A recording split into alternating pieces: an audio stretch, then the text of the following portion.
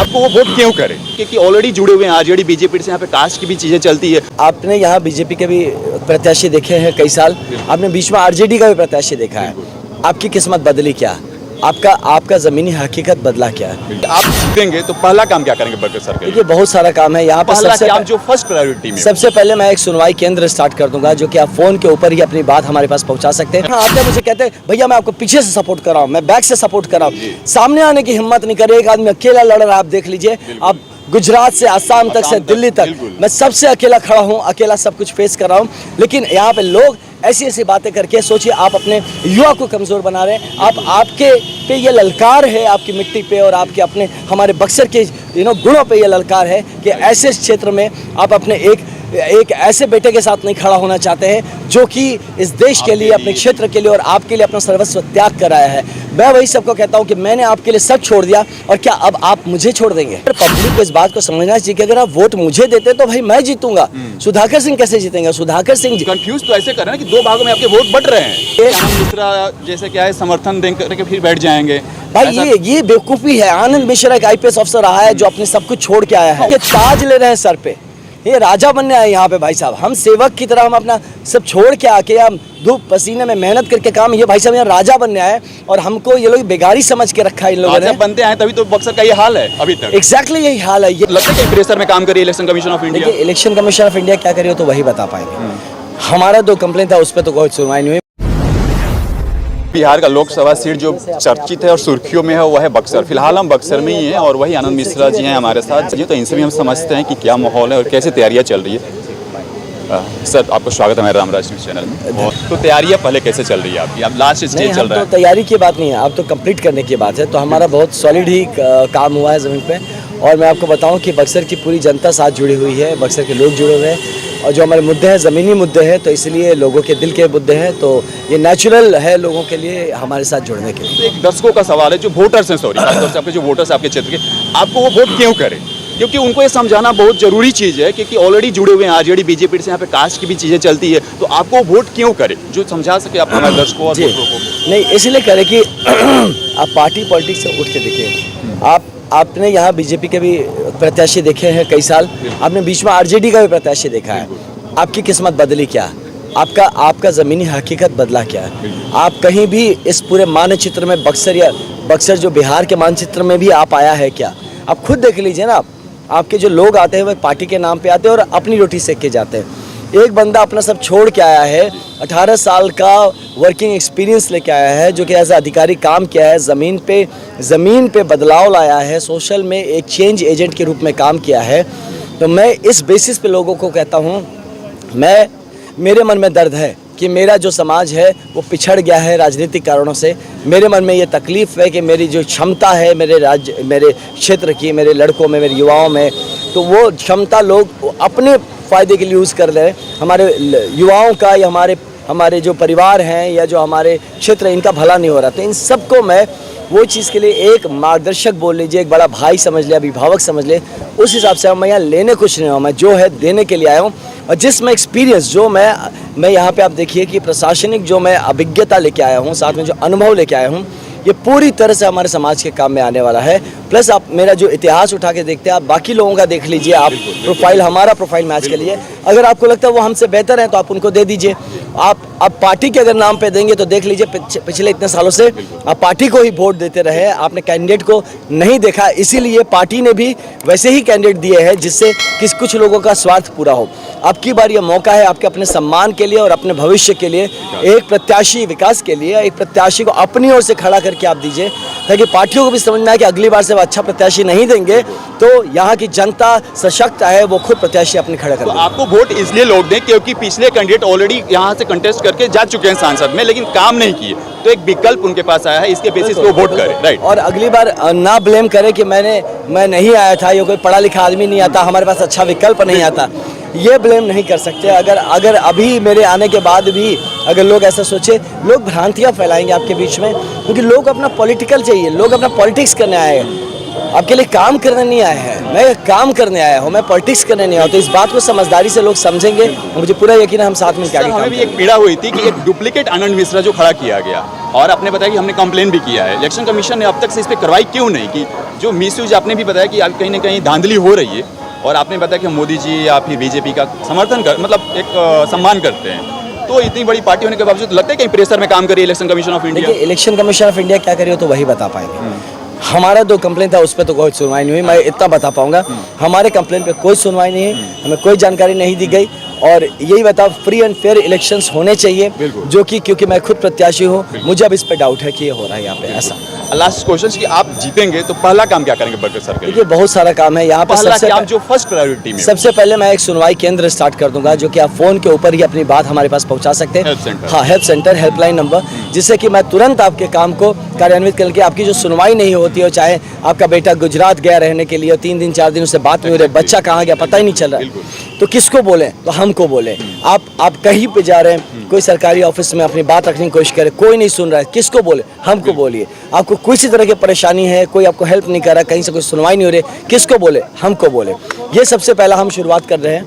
दूसरा, साथ में साथ हम यहाँ का जो कानून व्यवस्था है उस पर इमीडिएट आप देखेंगे अंकुश लगा के बेहतर कानून व्यवस्था यहाँ पे, जो ये दिनों रात जहाँ तहाँ गोली चल जाती है, जहाँ तहाँ यहाँ पे अभी भी देखिए कुछ तरह के इस तरह के क्रिमिनल एलिमेंट्स जिस तरह से घूम रहे हैं, ये सारे अंकुश में आ जाएंगे। मैं बता रहा हूँ आपको 3 महीने के अंदर। साथ आपका स्वास्थ्य व्यवस्था किस तरह से सुधरता है, इमीडिएटली आप फर्क महसूस करेंगे। शिक्षा में किस तरह से बेहतरी होती है, ये तुरंत फर्क महसूस करेंगे। जितने भी रोड, नाली, गली, जितने भी सफाई का इशू, ये सारा चीज़ कैसे एड्रेस होता है, आप ये सब इमीडिएट देखेंगे। बाकी जो हमारे इश्यूज़ हैं, स्कूल बनने का, हॉस्पिटल्स बनने का, इंफ्रास्ट्रक्चर, ओवर ब्रिजेस, ये सारी चीज़ों पे काम इमीडिएटली शुरू होता हुआ आप देखेंगे। लोग कहते हैं कि भैया ये निर्दलीय हैं, पैसे कितने मिले, 5 करोड़ रुपए, ये आपको मतलब करेंगे कैसे? तो ये लोग मतलब बेसिकली पढ़े लिखे के नाम पे क्या है, मैं नहीं शब्द यूज़ करना चाहता, तो इनको बोलिए जाके पढ़ाई करे। ये देश जहाँ 18 लाख करोड़ रुपए का बजट बनता है, जो बजटरी एलोकेशन होता है, वो हर जिले के लिए आता है। ये बात समझना चाहिए। गवर्नमेंट के जितने प्रोजेक्ट्स हैं, जितने प्लान्स हैं, जितने पॉलिसीज़ हैं, हर जिले में इम्प्लीमेंट होने हैं। वो सारे पैसे हर जगह के लिए आता है, तो हमारे बक्सर के लिए भी आएगा। वो सही से जगह पे पहुंच पाए, ये पूरी तरह से मेरी एमपी की जिम्मेदारी होगी। तो ये बात उनको पता नहीं है। CSR का इतना बड़ा फैसिलिटी है, जो हमारे देश में कई लाख करोड़ का CSR घूम रहा है मार्केट में, लोग उसको गवर्न कर जाते हैं। वो यस, उसको ज़मीन पे लाया जा सकता है। अगर आप खुद सुलझे हुए इंसान है, ईमानदार इंसान है, तो आपके लिए लोग पैसे लेके बैठे हैं काम कराने के लिए। वो मैं लेके आ सकता हूँ अपने कॉन्टैक्ट्स के थ्रू। मैं एक ऑल इंडिया सर्विस का अफसर रहा हूँ, मेरा अपना नेटवर्क है, जिसके थ्रू मैं सिर्फ आपका MP नहीं, आपका सिर्फ देश नहीं, मैं आपके पूरे विश्व में आपकी मदद कर सकता हूँ, करवा सकता हूँ। तो इतने सारी चीज़ों को दरकिनार करके कुछ लोग जो पढ़े लिखे के नाम पे घूम रहे हैं और बड़े बड़े प्रोफेशनल्स हैं, वो ऐसी बातें कर जाते हैं। कुछ तो है जो कि क्रिमिनल बैकग्राउंड के लोग हैं, जैसे बोल रहे हैं, तो वो तो बोलेंगे, उनको कुछ आइडिया ही नहीं है, उनका बात छोड़िए। कुछ पढ़े लिखे, मैं कल गया एक जगह, वो भी वही इसकी भाषा बोल रहा है, मैं कह रहे राम राम, सब मिले हुए हैं ये तो, है ना। और ये नैरेटिव शुरू करने की कोशिश कर रहे हैं। तो आप देख लीजिए, जो हमारे यंग बच्चे भी कुछ इसमें घुस गए हैं, उनको लग रहा है कि ये कुछ आए हैं, वो इनका पॉलिटिकल करियर बना देंगे। तो आप देख लीजिए पीछे मुड़ के कि बक्सर के इतिहास में कितने लोगों का पॉलिटिकल करियर ऐसे नेताओं ने बर्बाद किया, और ये बच्चे उसके चक्कर में पड़ के अपना फिर से जवानी और पॉलिटिकल करियर के नाम पर अपनी पूरी जिंदगी बर्बाद कर रहे हैं। एक सेकंड, आप अहम सवाल ये है कि सुधाकर जी के नाम पे लोग कह रहे हैं, आपके जो वोटर्स हैं उनको कहीं ना कहीं वहम फैलाया जा रहा है कि अगर आप 2 भागों में बढ़ जाएंगे, मिथिलेश तिवारी की बात कर ले या फिर आपकी बात कर ले, तो सुधाकर जी जीत जाएंगे। तो इस तरह से कहीं डर पैदा किया जा रहा है, और वोट को अपनी तरफ एक पार्टी है जो कि खींचना चाहती है। यही वोटरों के लिए क्या कहेंगे, जो कि इनको ये चीजें बताई जा रही है? यही वहम है जिसको लेके उसको सर थोड़ा सा उसको हटवाइए ना। तो ये जो वहम, ये इंपॉर्टेंट क्वेश्चन, इसलिए मैं चाहता हूँ कि वो म्यूजिक बंद हो।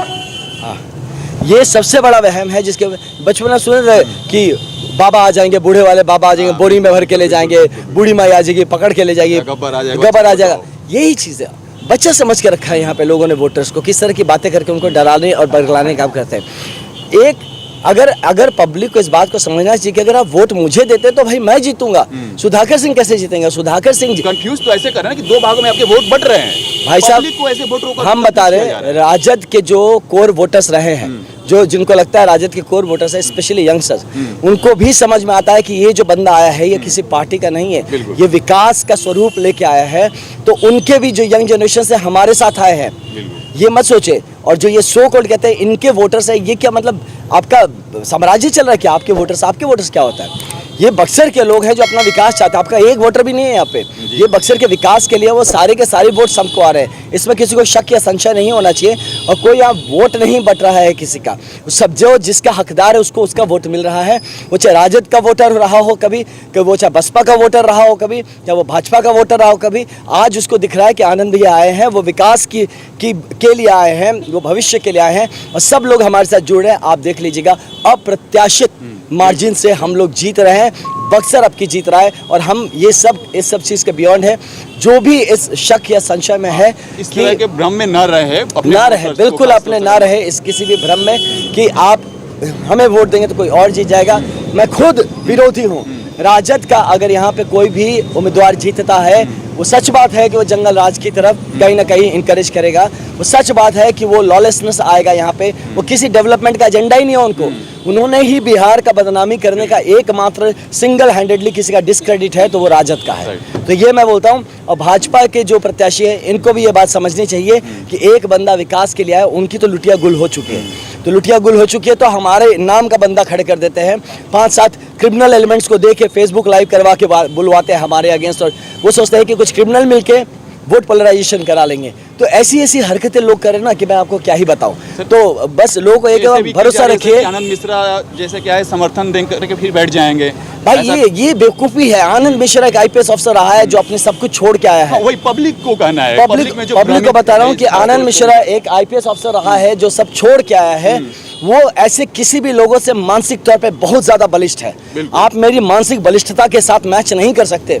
IPS की नौकरी आप छोड़ देंगे, आप होते तो जब आप खुद के पे लेके रखिए। आप अगर छोड़ नहीं सकते तो आप मैं क्या डिसीजन लूँगा, इसका डिसीजन आप कैसे ले रहे हैं? मेरी जो मेंटल फॉर्मनेस है उसका आपको दूर दूर तक आंकलन नहीं है। और ऐसे कुछ लोग जो भटकते भटकते आके आज पॉलिटिक्स कर रहे हैं, आप इनकी बात से आप मेरा अगर आंकलन करते हैं तो ये दुर्भाग्य होगा। मैं बता रहा हूँ हर ऐसे इंसान का कि जो आज मैं विकास का मुद्दा लेके खड़ा हूँ और वो विकास के मुद्दे के साथ खड़ा नहीं होके ऐसे चीप पॉलिटिक्स के साथ खड़ा है। सर लास्ट आपका अर्बन नक्सल कहना कैसा लगा? मतलब कहीं ना कहीं आपने ट्वीट करके भी दी कि बहुत मुझे इस चीज़ से आहत हुई। इवन आपके पास जो टीम है आपकी जो मैं बताऊं, ये जो भाई साहब ने अर्बन नक्सल कहा है, पहली बात इनका सामान्य ज्ञान की कमी है। इनको सामान्य जनरल नॉलेज इन आदमी के पास नहीं है। यूज करना चाहिए वो भी नहीं पता है। अर्बन नक्सल का डेफिनेशन नहीं पता हो क्या होता है। एक आदमी हु हैज स्पॉट देम, जो कि देश हित में मैंने देश के लिए लड़ा है, गोली तक को मैंने फेस किया है इन चीज़ को लड़ने के लिए, जिसके लिए राष्ट्रपति का वीरता पुरस्कार से पुरस्कृत हुआ हूँ। उस आदमी को ये कह के पूरा देश जानता है कि आनंद मिश्रा कौन है, क्या है, राष्ट्रभक्त इन दोनों में कौन है, इन दोनों में कौन है जो सच्चा सनातनी है, कौन है जो सो कॉल्ड ब्राह्मण की बात करता है, तो ब्राह्मण के धर्म वसूलों पे जीने वाला इन दोनों में कौन है, ये पूरा देश जानता है। वो आदमी आके इस धरती के बेटे को इस धरती पे आके बदनाम करने की और कहता है अर्बन नक्सल। यही नहीं, मेरे साथ जो लड़के घूमते हैं उनको लफुआ कहता है। सोचिए, लफुआ कहते हैं ये लोग, और ये कह के चाहते हैं कि उनके माँ बाप उनको वोट दे और सो कॉल्ड ये लफुआ उनको वोट दे और उनको अपना राजा बनाए।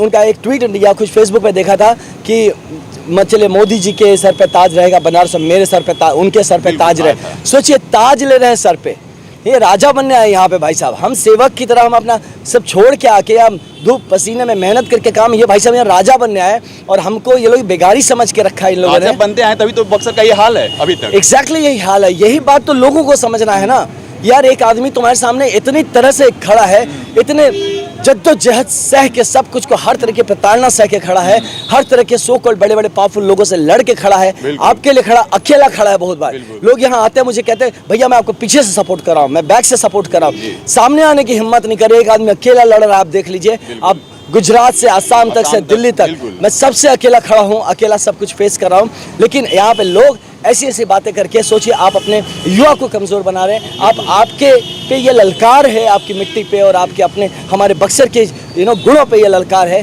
कि ऐसे क्षेत्र में आप अपने एक ऐसे बेटे के साथ नहीं खड़ा होना चाहते हैं जो कि इस देश के लिए, अपने क्षेत्र के लिए और आपके लिए अपना सर्वस्व त्याग कराया है। मैं वही सबको कहता हूँ कि मैंने आपके लिए सब छोड़ दिया और क्या अब आप मुझे छोड़ देंगे? नहीं, बिल्कुल जनता बिल्कुल आपके साथ है और हम चाहेंगे कि कहीं ना कहीं एक युवा प्रत्याशी आए हैं और आपकी सेवा के लिए आए। मैं इसलिए पहले भी आवाज़ उठा चुका हूं क्योंकि एक युवा है, नए चेहरे हैं, नए जुनून के साथ है। सर बिल्कुल आपको लेट हो रहा होगा, आपको रैली करनी है, आप बिल्कुल आप चलिए। तो मैं सभी जनता से भी आग्रह करना चाहूँगा कि कहीं ना कहीं इस तरह से प्रत्याशी को समर्थन देना चाहिए। आप जात पात पे बिहार को पीसते आए हैं, बिहार बर्बाद होते आ रहा है। बिहार में आज भी अनएम्प्लॉयमेंट सबसे ज़्यादा है, सबसे ज़्यादा माइग्रेट करते हैं लोग, तो यहाँ बिहार से करते हैं। तो कहीं ना कहीं अगर एक अपॉर्चुनिटी मिला है आपको, तो इस चीज़ को बुनाने की कोशिश करें, इसको यूटिलाइज करने की कोशिश करें, ना कि बिहार को हमेशा आप जात पात में झोंकने की कोशिश करें। तो अपना सब कुछ त्याग करके एक IPS यहाँ आपके बक्सर में आपके लिए चुनाव लड़ रहे हैं, तो कहीं ना कहीं आप लोग इनका समर्थन दें। और जो गुमराह कर रहे हैं लोग, उन सभी चीज़ों पर आप ध्यान न दें कि किस तरह से अफवाह फैलाई जा रही है समाज में। तो उन सभी चीज़ों को दरकिनार करते हुए आप वोट अपने सही प्रत्याशी को चुनें और सही